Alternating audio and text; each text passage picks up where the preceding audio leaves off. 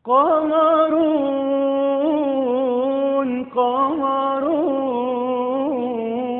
قمر سيدنا النبي قمرون. Hadirin dimuliakan, kita ini mau ke akhirat dan tidak ada jalan untuk keselamatan di akhirat itu selain jalannya Rasulullah SAW. Nah, supaya kita ini bisa berjalan di jalannya Rasulullah itu bagaimana? Qul hadhihi sabili ad'u ilallah. Jalannya Rasulullah itu pertama kali kita ini harus ambil keputusan dakwah jalan hidup kita. Insyaallah kan? Jadi mulai kan kalau kita ini mau ikut Rasul, syaratnya itu dakwah ini harus hidup betul dalam hati kita. Setelah itu taklim. Nah, karena kalau kita ini tidak taklim, berarti nggak dapat nasihat Rasulullah, nggak dapat nasihat para sahabat. Akhirnya kita ini ucul, kayak ini wedus ucul, wedus ini ucul akhirnya hilang, ngebiong tandurane wong, gitu. Mungkin uga terus laku tuabrak motor, nyapa? Mergo cencange ilang, gadunge ilang. Lah gadunge wong urip niku taklim niku. Nek gak gelem taklim, gadunge ilang. Insyaallah mulai kan? Insyaallah. Taklim ini penting ini. Kita ini punya pimpinan Rasulullah, enggak pernah baca ceritanya harus gimana. Kita oleh Allah dikasih contoh generasi yang diridhoi Allah para sahabat, enggak pernah baca ceritanya gimana. Akhirnya muncul. Kita ini dikasih panutan orang-orang soleh, para ulama-ulama. Karena ini buku taklim itu sudah komplit, man. Quran ada, hadis Nabi ada, cerita sahabat ada, cerita wali-wali ada. Ini sudah komplit. Harus ada ini semuanya ini. Quran itu harus kamu baca. Nah, ini kitabullah, surat Allah kepada kamu. Kirimi surat sama Allah nggak dibaca itu bagaimana? Hadis harus ada. Karena ini nasihat Rasulullah. Kisah sahabat harus ada. Karena mereka ini orang yang telah mengamalkan agama sempurna. Cerita orang-orang setelahnya, cerita para wali, itu harus ada. Supaya kita ada semangat. Ternyata orang itu, walaupun nggak ketemu Rasulullah, itu ya bisa tuh jadi baik itu ternyata itu. Nah, itu. Nah, itu dalam buku taklim ditulis Maulana Zakaria itu sudah komplit. Kita baca tiap hari, paling sedikit setengah jam. Insyaallah kan? Insyaallah.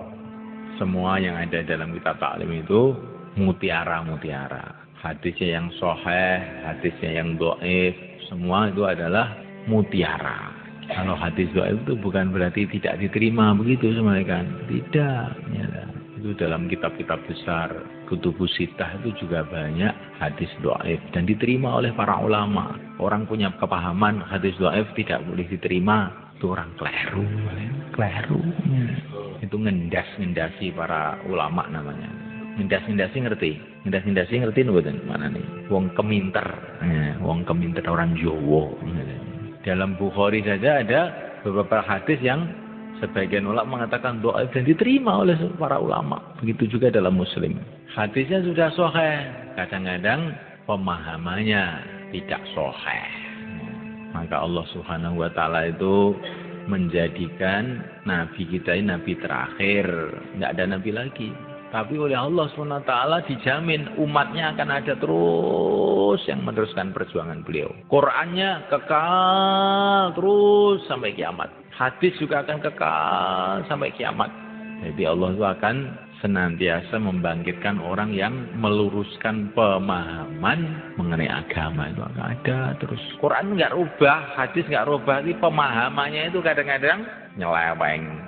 Maka itu ada jamaah Saudi dulu datang ke sini. Dia melihat di Masjid Timur itu kan ada kuburannya. Dia bilang, masjid kok ada kuburannya? Ya kenapa? Ini nggak boleh, ada hadisnya. Ini sahih hadisnya. Hadisnya sahih, saya bilang itu. Tapi pemahamannya keliru.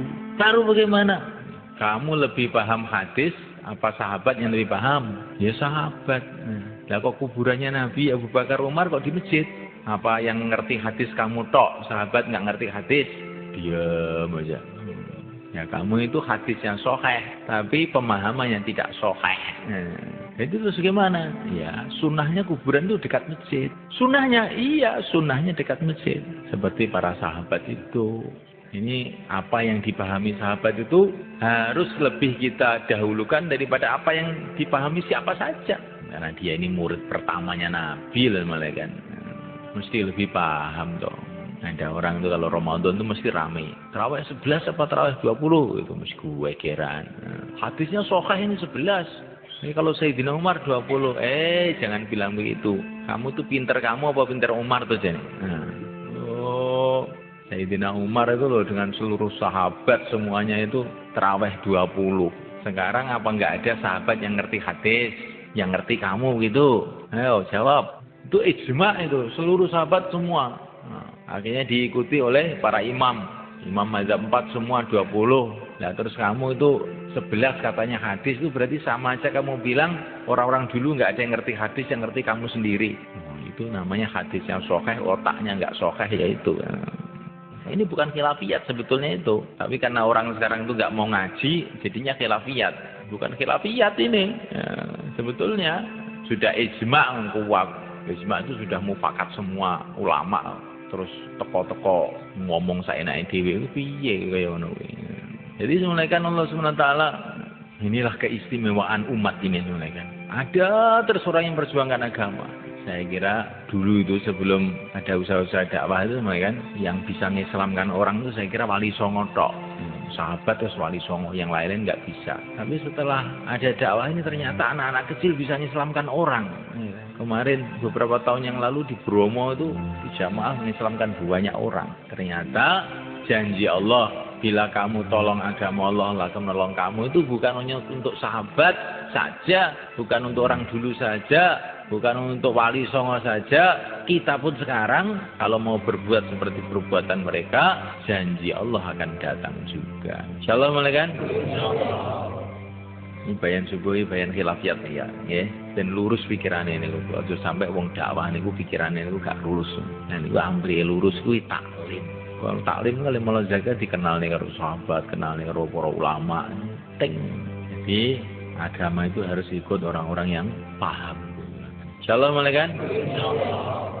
Imam Bukhari itu orang yang pakarnya hadis nomor 1 seluruh dunia itu. Tapi beliau ini nggak berani kasih fatwa ini halal haram, nggak berani. Itu bagiannya Imam Syafi'i, bukan bagian saya. Saya itu bagian nyatet, saya ini bagian meriwayatkan saja. Ini yang menyimpulkan Imam Syafi'i sana, Imam Abu Hanifah sana. Ya, sekarang itu tahu hadis 5 itu aja sudah fatwa anjing halal. Loh, dilungkas apa nah yang cari halal ini? Nah, ini semuanya kan kita ini harus mengikuti orang-orang dulu dalam agama. Kalau dunia, semuanya kan mobil mana itu yang paling baik, yang paling baru, ya nggak semuanya kan? Kalau agama yang paling baik, yang paling kuno. Karena agama itu seperti air mengalir itu, yang masih dekat sumber itu masih bersih. Nanti kan sudah bawah sana itu kena larangan, kena taek, kena opo, gimana? Jadi kalau agama itu kita cari yang paling kuno. Kalau mobil yang terbaru itu biasanya sih paling apik. Karena apa semuanya kan?